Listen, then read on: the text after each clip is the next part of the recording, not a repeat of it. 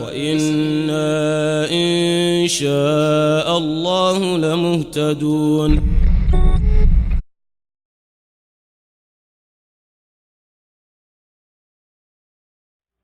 السلام عليكم ورحمة الله تعالى وبركاته. أعوذ بالله من الشيطان الرجيم.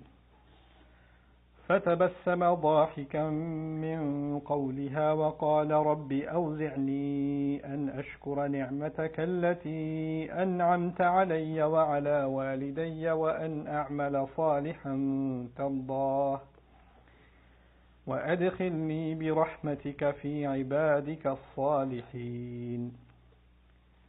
رب اشرح لي صدري ويسر لي أمري واحلل عقدة من لساني يفقهوا قولي. فالحمد لله والصلاة والسلام على رسول الله وعلى آله وصحبه أجمعين. أما بعد. Today I am in Surah An-Naml. This is the 27th Surah of the Quran, and this is ayah number 19. It's part of the story of Sulaiman alayhi salam. I made brief reference to Sulaiman alayhi salam yesterday when I talked about how Allah Azza wa Jal in another place in the Quran mentions him, and right after him mentions Ayyub alayhi salam. We talked about Ayyub alayhi salam yesterday. Today we're looking at the opposite end of the spectrum. The incredible kingdom and the incredible power that was given to Sulaiman alayhi salam is described in the ayah before the one I talked to you about tonight. حتى إذا أتوا على واد النمل قالت نملة يا أيها النمل ادخلوا مساكنكم لا يحطمنكم سليمان وجنوده وهم لا يشعرون. When his armies would move, even the ants would talk to each other. The army of Sulaiman is approaching. Allah Azza wa Jal Allah had given him the ability to even understand the communication of the insects. And he heard this, and other places we learn birds, jinn, the winds, all kinds of control was handed to Sulaiman alayhi salam. Essentially, a kind of power that was never given to another human being physically before. This kind of ability had never been handed to any other human being in the past.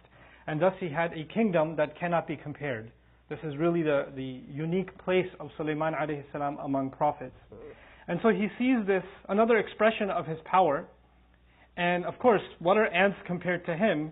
And it made him laugh. فَتَبَسَّمَ ضَاحِكًا. He thought it was funny, but it's more than that. It's actually, when everything is going right and everything is under your control. And for example, for one of you, there's a business and you started it and you were struggling in the beginning. And everything is taking off. And you put in a little bit of money and everything you touch turns to gold. Like you put in 1,000, you got 100,000 back. You took another risk and that worked out too. You took another and it worked out too. Victory after victory after victory. When you hear good news again, you're like, yeah, that one too. You kind of get used to victories. And you get used to things coming into play and falling into place as you expect them. Sometimes Allah Azza wa Jal tests us with difficulty. Other times He tests us with continuous success. Things just keep falling into place and everything lines up exactly as you would like it to. And it makes you happy. Obviously, when things go exactly as you were expecting, then it is cause to be happy. It's human nature. And so it's after that happiness, how can that happiness turn into poison? And how do you keep that happiness from not letting it cross the line that Allah doesn't want it to cross? You see, being overjoyed or being happy over any form of success or any expression of success is okay. But it's actually what's going on inside the heart that Allah checks, not what's happening outside. Even Qarun, in the next surah after this one, is Qarun who has a lot of power. In this surah, Sulaiman alayhi salam has power and control. In the next one, Qarun has a lot of power and control. And he was happy too. He was actually, happy over his wealth. And Allah Azza wa Jal describes that the people advise him, La tafrah, don't be overjoyed, don't be so happy. But here, Sulaiman alayhi salam is happy. But so there's actually a contrast being made. There's a kind of happiness that's okay, and there's a kind of happiness that's not okay. And so the kind that's okay, how do you balance that happiness and not let it become something that Allah isn't pleased with, is balanced by the words of Sulaiman alayhi salam. فَتَبَسَّمَ ضَاحِكًا مِنْ قَوْلِهَا وَقَالَ رَبِّ أَوْزِعْنِي أَنْ أَشْكُرَ نِعْمَتَكَ الَّتِي أَنْعَمْتَ عَلَيَّ وَعَلَى وَالِدَيَّ. The first part of his dua now. He says, my master, empower me. And I'll spend a little bit of time describing awza', but for now I'm just saying empower me to be grateful for your favor that you've done to me. That's what he's saying first. And then he says, and empower me to be grateful to the favor you've done also to both of my parents. Okay, so first make me grateful to you, and then make me grateful to you for the favor you did to me and for the favor you did to both of my parents. Let's talk a little bit about the word awza'. In the Arabic language, waza' is actually used originally for, there's someone in charge in any military to make sure the lines are all straight for the soldiers and the ranks are very clear, and anybody who's falling or faltering off is pushed to the front and they're disciplined. So the one who's in charge of the sufuf and the taswiyah of the sufuf, the lining up of the sufuf, he's actually called a waza'. The one who makes sure that things are aligned and gathered together. From it you get the meaning, one of the words that's used for a group that's always together and nobody of that group ever leaves. They're called awza' in Arabic. This is the word used to describe how on Judgment Day, human beings are going to be gathered, a huge massive gathering, and when a huge massive gathering happens, one of the people might think, there's too big of a crowd, maybe I can escape, nobody will notice. But Allah says, فَهُمْ يُوزَعُونَ. He uses the word يَجْمَعُونَ. He also uses the passive form يُوزَعُونَ multiple times in the Quran to describe. They will be gathered and no one of them can actually fall back. And they'll be gathered in perfect discipline. صَفًّا لَا يَتَكَلَّمُونَ. The sharh of that is also فَهُمْ يُوزَعُونَ. This is also the word that's used for Sulaiman alayhi salam when he used to call for an assembly of all of his armies, all the birds, all the animals, all the jinn, all the human soldiers, all of them. They were also يُوزَعُونَ. They were also gathered in perfect discipline. So that's the first meaning of it, to gather all of your forces, to gather everything that you have in perfect order. And every soldier stands exactly where they're supposed to stand. Everyone knows their place. Who's supposed to be in front of me, who's supposed to be behind me. When things are organized perfectly with no fault, that's one of the first meanings of the word waza'. From it also, interesting implications from the word waza', there's two other things. It's to push someone forward. Again, it goes back to that discipline. Somebody's falling back, you push them forward. Okay? And then finally from its meaning is أَوْلَعَهُ أَوْلَعَ بِهِ, is to actually make someone love something and make someone passionate about something and make someone obsessed with something. So these are some of the meanings of the word awza'. Now I translated it as empower me, to be grateful. But what it actually means is gather every ounce of strength that I have, Ya Rabb, every bit of focus that I have, every talent that you've given me, turn all of it into a means of being grateful to you. أوزعني أن أشكر نعمتك. No matter what I do in life, whether it's professional, in terms of my education, in terms of my personal life, in terms of my eating, in terms of my sleeping, whatever I do, make me someone who can focus all of my activities in some way or the other to become a reason for me to be grateful to you. Don't let me ever forget that whatever is happening because of your gift. This is أوزعني أن أشكر نعمتك. And it was important because, for an important man like Sulaiman alayhi salam, who's not just a prophet, he's also a king. He's also a general. He's also in charge of so many. And he's got the language that nobody else understands. So, it's not like the birds. Later on in the story, we learn that birds report to him. It's not like they can report to someone else and then he gets the summary of the report. He's the only one who can speak to them. Right? So, he's in charge of a lot. And when there's a lot on your mind, then Allah can be forgotten easily. Because you're doing so many things. You're busy with so many tasks. And He's asking Allah, of all the powers that you've given me, all the things that you've gathered for me, the thing that I need gathered is my focus. My focus to remember you for every single favor, and that's why the singular is used, not an'um or an-ni'am, ni'matak allati an'amta alayya. For your favor that you favored me with. Meaning every single favor I consider a special favor. And I don't want to overlook any one of those favors when it comes to you. No matter how busy or how successful I become. It's very easy for successful people, powerful people, busy people, when victories come, that they can forget who the victory is coming from. They start, if not verbally, subconsciously start attributing the victory to themselves. And so he first reminds himself, as soon as he smiled at the army, at the ants that are even afraid of his army, that he said, this is not my power, this is, Ya Allah, make me grateful for what you've honored me with. Compare this to the gardener in Surah Al-Kahf who thought, Allah is really happy with me, that's why I'm so successful. Next thing you know, the entire garden is gone. Everything's taken away. So he says, Rabbi awzi'ni an ashkura ni'matak allati an'amta alayya. Then he adds, after saying that this is a favor you did for me, he adds, wa ala walidayya. This is really important too. You see, Allah in the Quran says, anishkur li wa li walidayka, be grateful to me and be grateful to both of your parents. Meaning, how do you know if you're truly grateful to Allah? One of the basic litmus tests, if you can ask yourself, am I truly grateful to Allah, is to ask yourself, of any good that your parents have done. Forget the bad. Some people have abusive parents. Some people have, parents that have done dhulm to them. Even Ibrahim alayhi salam's father kicked him out of the house. Fir'aun was basically a stepfather to Musa alayhi salam, right? And he did a lot of dhulm. But at least the things he did right, you don't forget. At least those you acknowledge. So he says, وَتِلْكَ نِعْمَةٌ تَمُنُّهَا عَلَيَّ. So in terms, and those of us that have been blessed with good parents, that to remember the good that our parents have done for us, our mother especially has done for us, this is actually a core part of being grateful to Allah Himself. And then for us to recognize that no matter what I am, He could be the king of the world. And literally He was. Right? He was the king of the world. To remember that He was nothing when His parents were raising Him. He was nothing when He was being fed. He was nothing when He was being cared for and taken care of. Because at that time He wasn't a king. Our parents, they took responsibility for us. رَبِّ ارْحَمْهُمَا كَمَا رَبَّيَانِي صَغِيرًا. Actually, the more successful you become, what happens to people? They become professionally successful, financially successful, politically successful, and their parents have retired.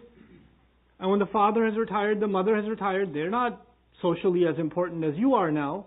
You're the breadwinner for the house. You're the one bringing the paycheck. You're the one paying for their medical bills. You're the one taking care of everything. And at that moment, you start thinking, they should be grateful to me for everything I'm doing for them.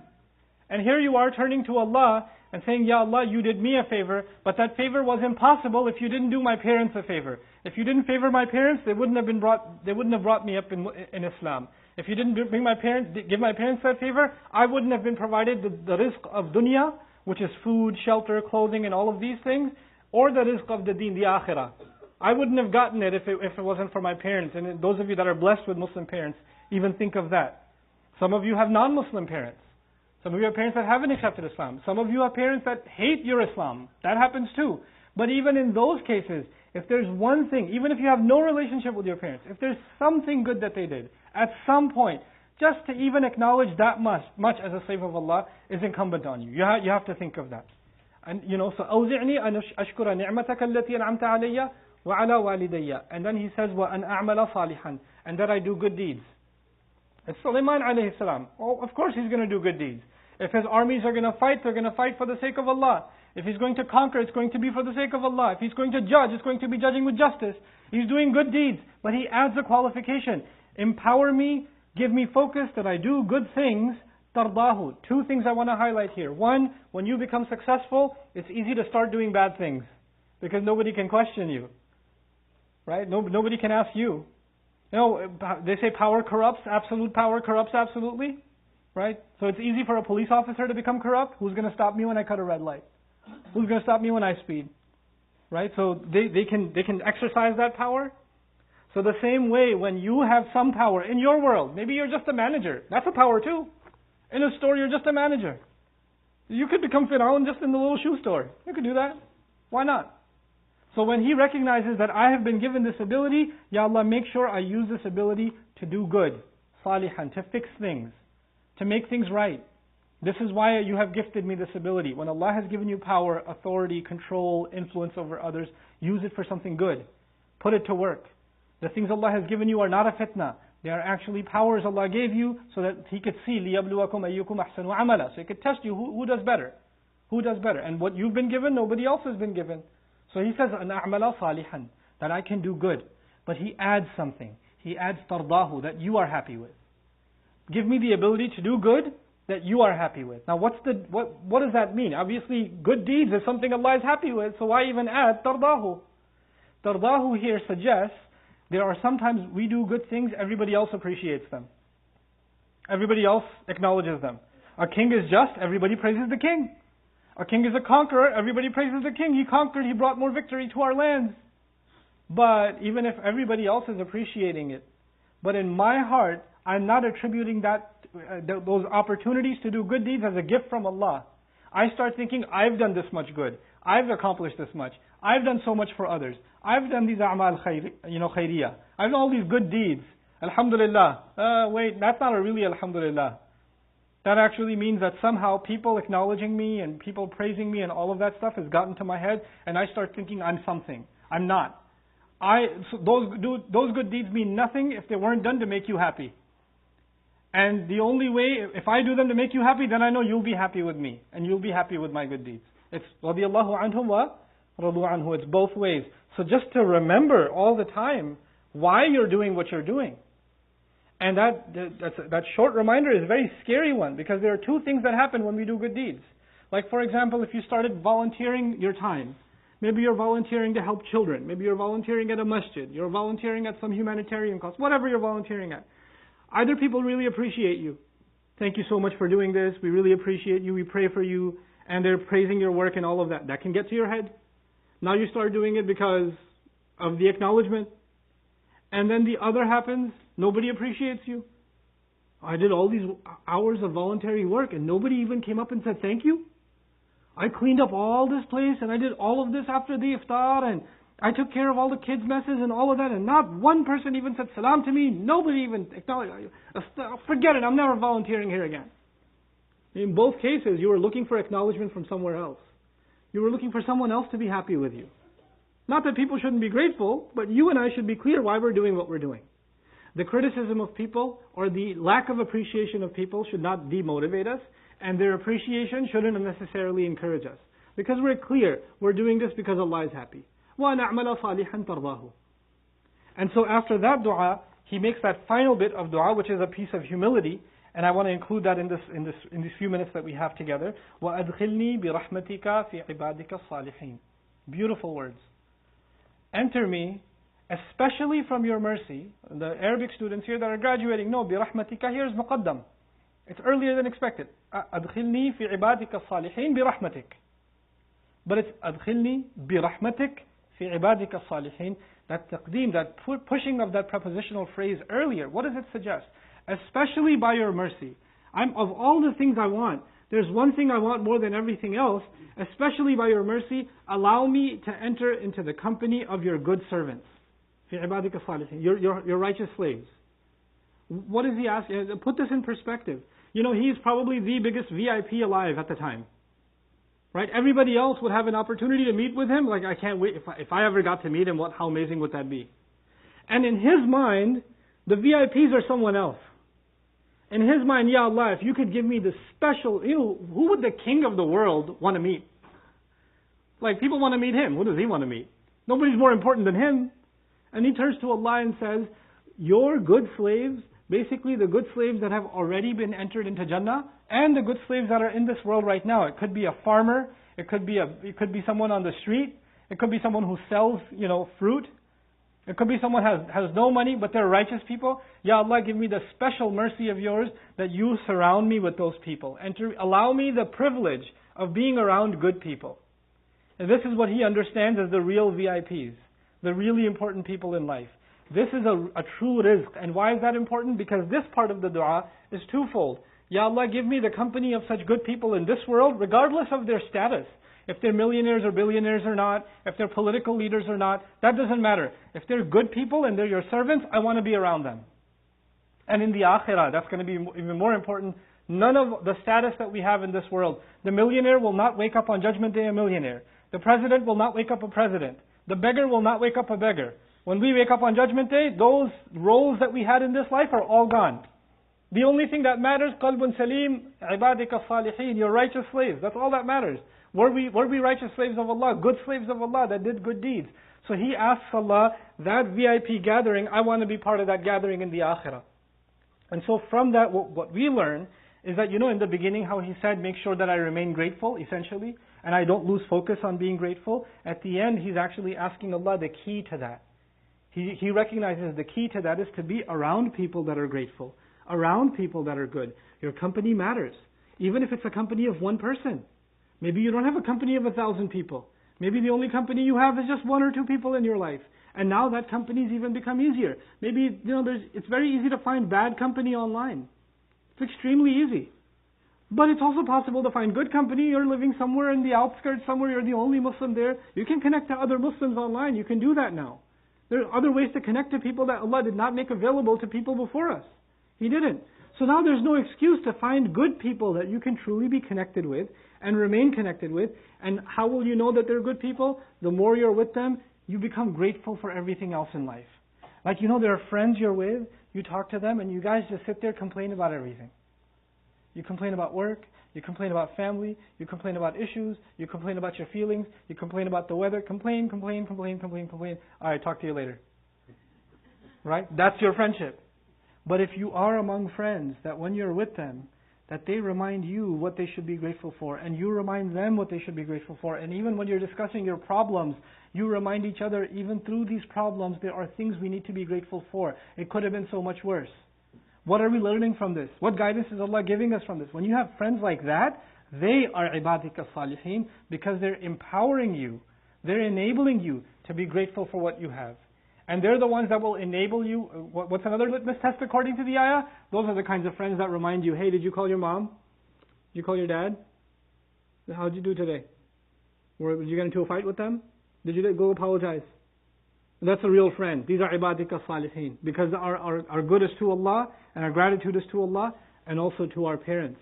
If we're asking Allah to reward our parents for the favor Allah has done to them, then clearly we have a soft heart towards our parents also. May Allah Azza wa Jal enable us to be good to everyone around us, and actually help us to find righteous company within our family, within our friends, within our society. And may Allah Azza wa Jal enter us into the company of the righteous in this world and in the next world. Barakallahu li wa lakum. Assalamu alaikum wa rahmatullahi ta'ala wa barakatuh.